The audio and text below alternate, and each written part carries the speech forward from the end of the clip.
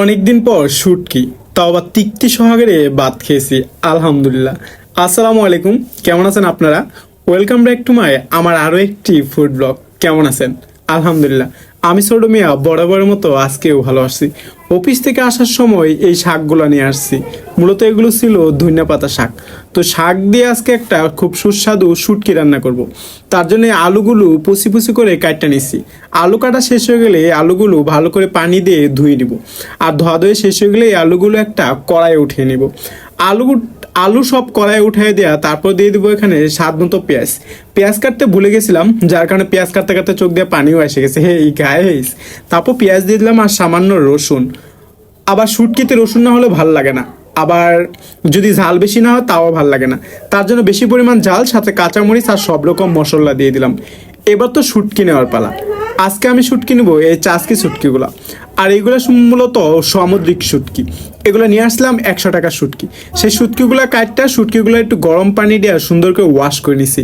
এবার আবার ভালো পানি দিয়ে ধুইয়া তারপর দিয়ে দেবো সেই কড়াইয়ে। এবার কড়াইয়ে দেওয়ার পর দিয়ে দেবো খানিকটা তেল, আর সয়াবিন তেল দেওয়ার পর হাত দিয়ে ভালো করে ডইলে নিব। এবার খানিকটা পানি দিয়ে তারপর এটাকে ডাকনা দিয়ে চড়াই দেবো চুলায়। এবার 10 মিনিট পর ওয়েট করতে হবে। ওয়েট করার পর চুলাটা জ্বালিয়ে বেশ কিছুক্ষণ ওয়েট করার পর তারপর চলে গিয়েছিলাম আবার চুলা পারে।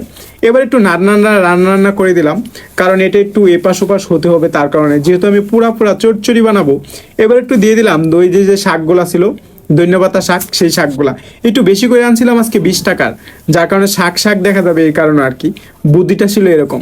তারপর রান্না করে দেখি এটা একদম মিশা গেছে। আসলে শাকের কাজ করেন একটু গ্রানের ফ্লেভার কাটছিল।